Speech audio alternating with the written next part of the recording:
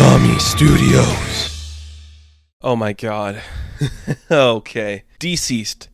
Dead Planet issue 2. I have a lot of thoughts. They are all very positive thoughts, but I'm just like, this is what we're doing in this book. We are literally breaking down everything to the point where it's actually kind of scary. I'm actually kind of afraid what's going to happen next in this book.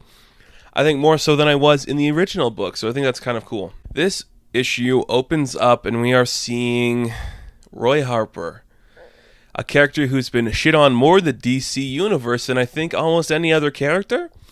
He's right up there with people like Wally West and Dick Grayson that just can't catch a break in terms of everyone. I don't understand why. We couldn't just have him out of this scene. I'm such a fan of Roy. We couldn't just have him not in this scene and do the same scene. It would be fine. He is protecting a group of people inside this, like, I think it's like a school building, and he gets killed by, who was it? I can't tell. Maybe it was the Atomic Skull. Just one of those fire-powered people. He gets burned alive, saving everybody. And right after he dies, you know who comes to save the day? Red Hood and his team. I think what they're calling themselves, Shadow Pact is what they're calling themselves. It's Constantine, it's Zatanna, it's Red Hood, it's Rose Wilson, it's Blue Devil. I love Blue Devil. That's a great person to throw in there too. It's Ragman. Why is Ragman in this book? That's what a niche character to pull in there. Detective Chimp shows up, so that's kind of cool. And it's just kind of like the Unkillables team and the Good Day to Die team. They're all here now, so that's kind of fun. And they're still living, just doing their stuff. And as they're finding these people, Swamp Thing shows up to talk to Constantine, and he's like, "Hey, buddy, I need your help. There's a garden situation I'm dealing with." Constantine's like, "Yeah, I know. It's the Poison Ivy garden. What do you want me to do? Like, I live there pretty much." But no, there's a garden in Australia that has been cut off from the green, and Swamp Thing cannot connect to it or feel it, but all he feels is the pain of the people inside, and he doesn't understand what's going on there. So he needs the help of Constantine to figure out how we get in there and do something about it. And I like it too. He's getting very mad at John because John's not putting up with any of his bullshit. He's like, "John, shut the hell up." And he just swears, and everyone's like, what the hell's going on here with Swamp Thing? So I thought that was really cool. Our magic users of the team of Shadow Pact is going to go with Swamp Thing to Australia, while the rest of our team goes back to the Poison Ivy bush. Harley Quinn's greeting everybody. That's just like, "Oh, did the chimp die? Don't tell me the chimp died. His cute little hat." Nope, they went to Australia. She's like, "Okay, that's weird." They go back into the green, and suddenly just hear like a loud roar overhead, and you just see Mary Marvel is there, and she's looking up, and they're like, "What's going on?" And even Dr. Fate's there. What a lot of niche characters. I love seeing them. And we see overhead that Cassie is coming down with Jonathan Kent, because in the last issue he was dying, so they come down there to heal him up, and everyone's showing up, and we get a lot of more reintroductions and some characters reuniting, some great stuff with Damian and Jason reuniting. It's like, so you're Batman now? Yeah, Dad left it for me. He's like, "Of course he did." Are you mad that's not you? I'm like, "Wow, no, I'm not mad. Like, it suits you. You look great. I'm so happy for you." And they hug it out. Really cool moment there. Dinah wants to bring Oliver's body into the sanctuary, but Poison Ivy won't have it, so I'm getting a sense that maybe Dinah's going to go a little crazy and try to do some more dangerous things than a lot of people would be expecting from Dinah, so I think that's going to be a really fun angle to throw in there. And we just realized, okay, so our teams are reuniting again. Everything's going to be coming together. You know, everyone's still figuring stuff out. Cassie's a little pissed off that she couldn't save Superboy, and she lost Diana again, so now she's comforting.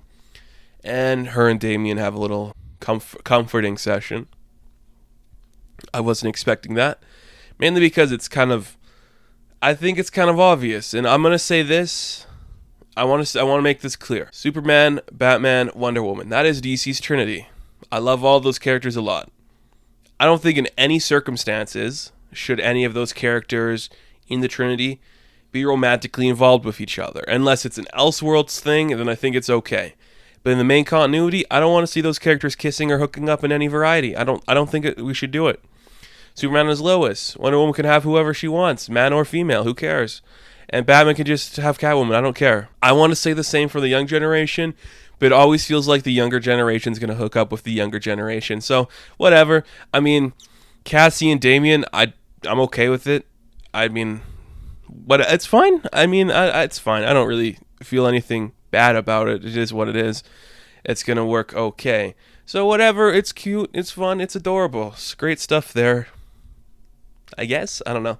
I still think Lois is the one narrating. I was having a conversation with my friend. He thinks it's Constantine narrating, but I'm like, I still think it's Lois because you see the speech bubbles. Constantine's got the red speech bubbles, so I think it's going to be Lois. And I'm liking that because we're not really seeing Lois in this, so she's probably going to come back later on in the book to see where she's at there.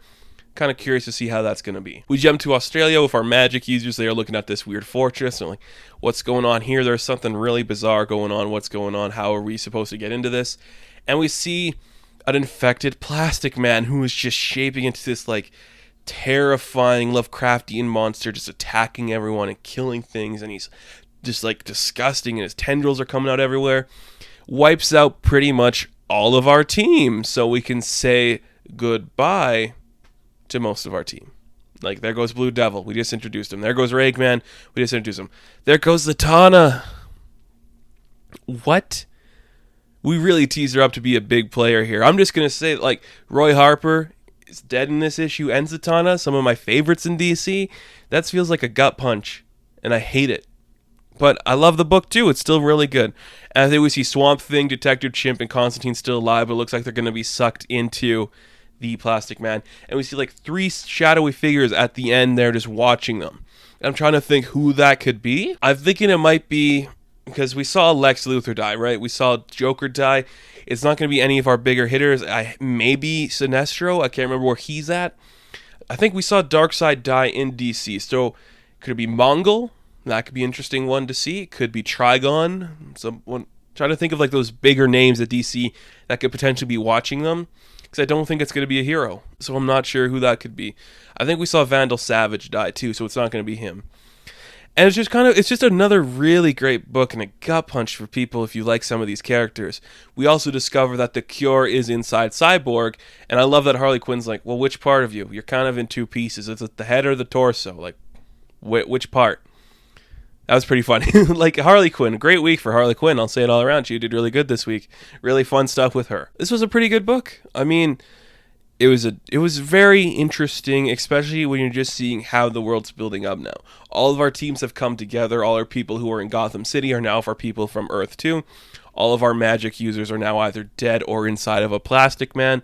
I'm very, very, very curious to see how this is going to turn up and what's going to become of it, because it's very compelling stuff, and I'm very impressed with what Tom Taylor has been doing. So that is my review of DCeased Dead Planet number 2. Be sure to like and subscribe to the channel.